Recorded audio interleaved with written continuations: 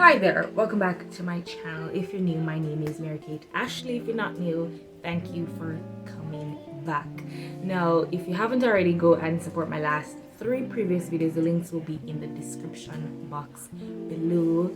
Do all the fun stuff that the YouTubers tell you to like, comment, share, subscribe, engage in my content, show me love. Now I'm going to be consistent this time around because football is back. I took a short break because there wasn't much happening, but the football season has arrived and here I am. As you can tell by the title, I'll be giving my predictions for the 2022-2023 Premier League season. Don't worry guys, I do have a video coming for La Liga and of course the best league in the world, Serie A. Not necessary to do one for the Bundesliga or League One. Those leagues are practically wrapped up. Now, it would be predictable and boring to come here and say City is gonna win it, Liverpool second, and the rest will battle for the top 4. And I think it brings a conversation to where the Premier League is headed, how predictable the Premier League has gotten. We think it's a 2-horse race, but it's actually one if you be real and be honest about where the climate of football has been. You know, so my prediction is going to be so way out. You guys will think I'm joking. I'm not. So let's get right into it. I do think Spurs win the title with Antonio Conte charging them forward. United will finish 2nd, City will finish 3rd, Liverpool 4th, Arsenal 5th, and Chelsea miss out off top 4 in 6th. The video is done. Thank you guys so much for watching. No, I'm joking. I'm very much joking. So in my first predictions video that I did last season, you guys should go watch that as well. Link is going to be in the description as always. That video is over an hour long and I don't plan to make this video that long. I'm here for a quick time, not a long time. I'm here for a good time, that's said, I'm not here for a long time. And I saw this format. I'm gonna put the graphic on the screen. I saw this format on Twitter and I thought I'd follow that to narrow down my talking points. So let's get right into it. So of course, I'm going with Manchester City to retain the title. They went back-to-back last season. They're coming off of a high semi-final in the Champions League. They've been a good team.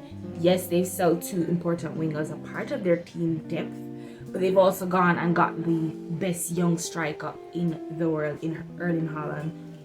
Julian Alvarez is also a part of the team. So you see Pep is building for the future and the team is consistently changing, consistently building, consistently getting better.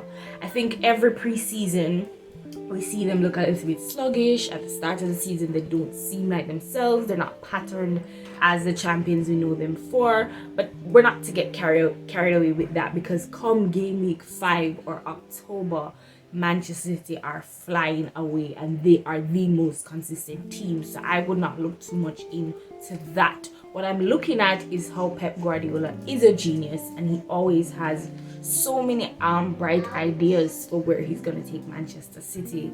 It's going to be a hard fight for them as usual. It's a walkover, yes, but they do have some form of pressure on them with Liverpool right there. So I do think they're going to have to put in the work, but I do see them walking away with it at the end of the season. As I mentioned, Liverpool are right there as well.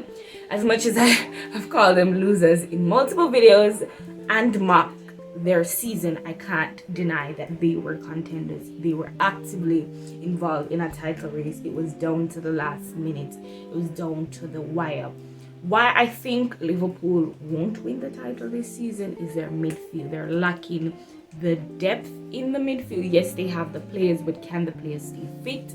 Are the players doing progressive enough to bring them to that next level? Because no doubt about it, Liverpool's backline is one of the best back fours in the Premier League.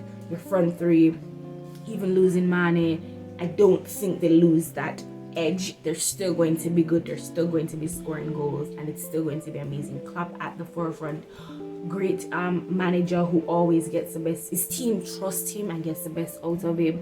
But I see them as second fiddle once again. They're the second best team and that's okay. They're gonna always come runners up. But won't count them out. But if they sort out the midfield and the injury issues, I do think they contend. But for now, I see them finishing 2nd. In 3rd, and this was a big one for me, Spurs. I see a lot of talk about Tottenham winning the Premier League. I think we're overreacting. Don't get me wrong. I know that they have Antonio Conte and he's a wonderful coach and he's done some amazing things with his time at Chelsea, at Juventus, at Inter. And every club he stepped into, he's made them winners. He's made them challenge for titles. And once you give him that trust, that Daniel Levy we saw is giving him in the transfer window, he'll get the job done. However, I think the job is to dethrone Chelsea and to cement themselves as a solid team that is ready to compete. And the best I see for them is third. Manchester City are just too good. Liverpool are just too good. It's going to take more than a few signings to get it done. Maybe in 2 or 3 seasons with Antonio Conte, hoping he stays that long, they probably can get it over the line. But for now, third is where I see them finishing. Moving right along to fourth, and I do have Chelsea in fourth. Now, this is the thing. Chelsea's coming into new management, new ownership, just a lot of stuff is changing at the club. They're looking towards a new pathway. Thomas Tuchel has new ideas. But the thing is, Chelsea started off slow for their preseason. They haven't got a lot of fluidity in a team. Their attack is still missing that creativity. And any striker or winger that joins the team will suffer to that consequence. And I saw this amazing tweet saying that Chelsea could either finish 4th or 6th, or no in between, or they could win the Champions League. You never know. And that's how unpredictable. And while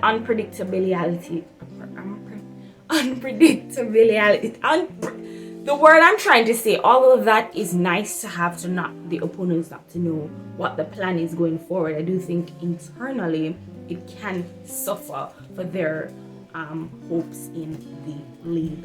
I don't have Chelsea title charge. The signings have made me more optimistic, made me breathe, made me be like, there may be a brighter day, but it does not make it that they're going to challenge for the title. 4th is the best I see Chelsea doing. May win a few trophies here and there, but they're not title contenders. Please prove me wrong. Arsenal. I do have Arsenal to miss out on top 4. This is not me bashing Arsenal or bashing Arteta's project, because I kind of buy into it.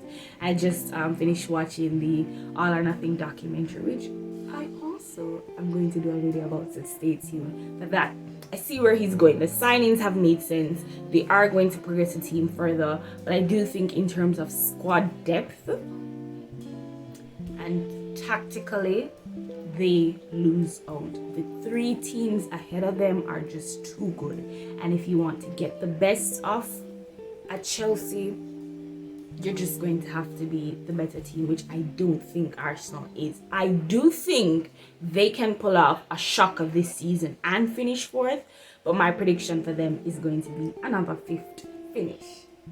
That's good, right? Don't attack me in the codes, Arsenal fans.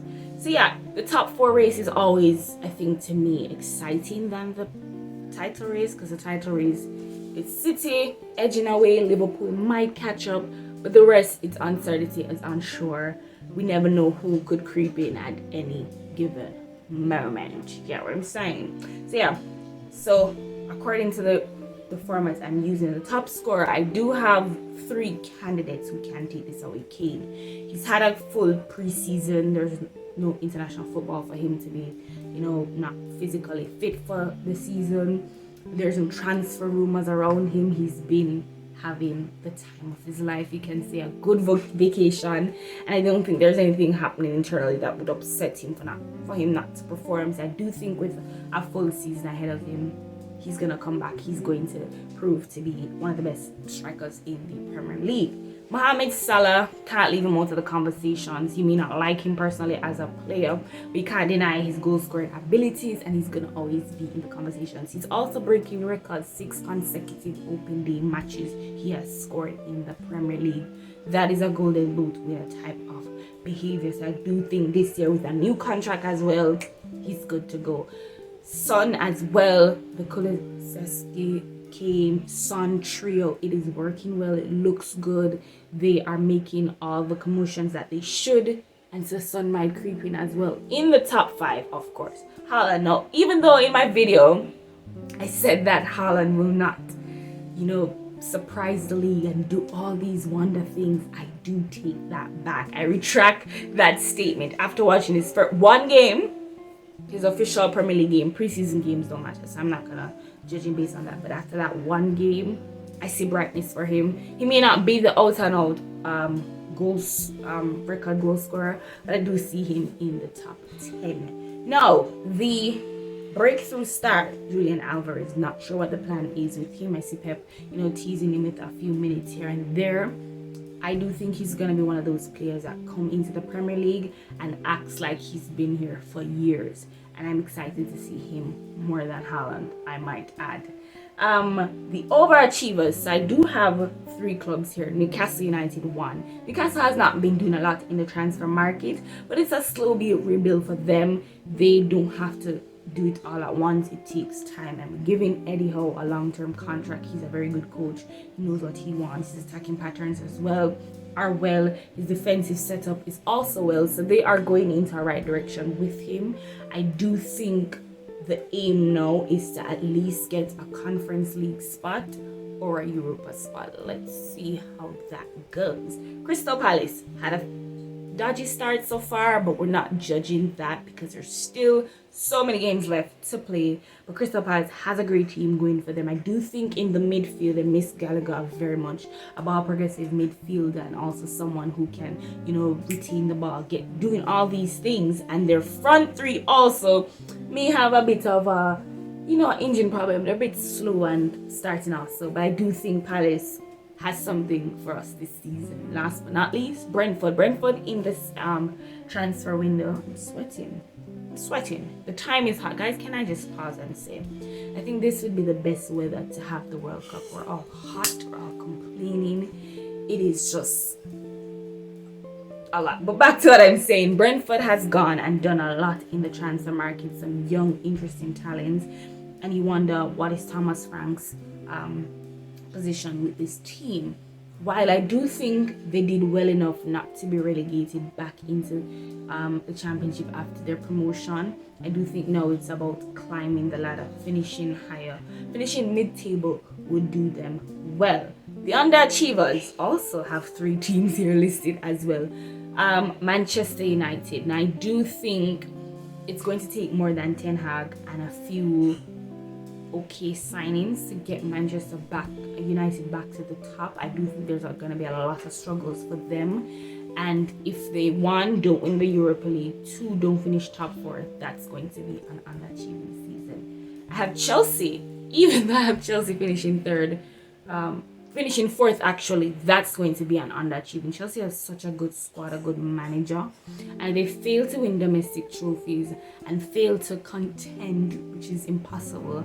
It's going to be a failure. For me, watch out months from now when I come back and drag them for being losers. Arsenal. Also, I said if Arsenal finish 5th again, if Arsenal don't make the Champions League, if Arsenal do not pull out shockers out of their bags and beat a big 6 team, they are going to also be underachievers for me. Relegation, Leeds. I can't wait for the day. I cannot wait. Losing the best winger, Rafinha, signing all these American players. Jesse March is positive. They may escape it, but I want to see them relegated. Everton, Frank, don't get me wrong, Chelsea legend, I respect you, but you're out of your depth. The signings are not looking positive, but there's still a lot of games to play. But I still do see it. If you see into the future, you can, life is to. But I see it for Everton. They're going down. They can't escape it this season. Fulham.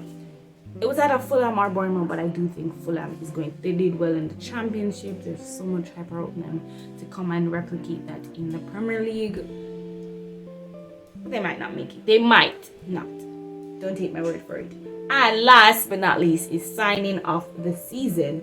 I have Cucurella. He's been a Premier League player, of course, and he's had a great season at Brighton. I do see, however, in his future at Chelsea, it's going to be so much fun to watch him in a new system, to flourish in a new build-up play. Oh, you guys don't know what's coming. So Cucurella is going to be signed off the season for Chelsea. Nunes, again, preseason does not count. It doesn't matter. It makes no sense. It's an exercise. Activity does not measure a team or a player's success. So I will hold off on my comments about Nunes until I've given him time to settle in the Premier League. I do see him scoring a lot of goals. I do see him being influential. I do see him fitting well into the team. And Liverpool is going to have that star on their hand. Last but not least, Haaland.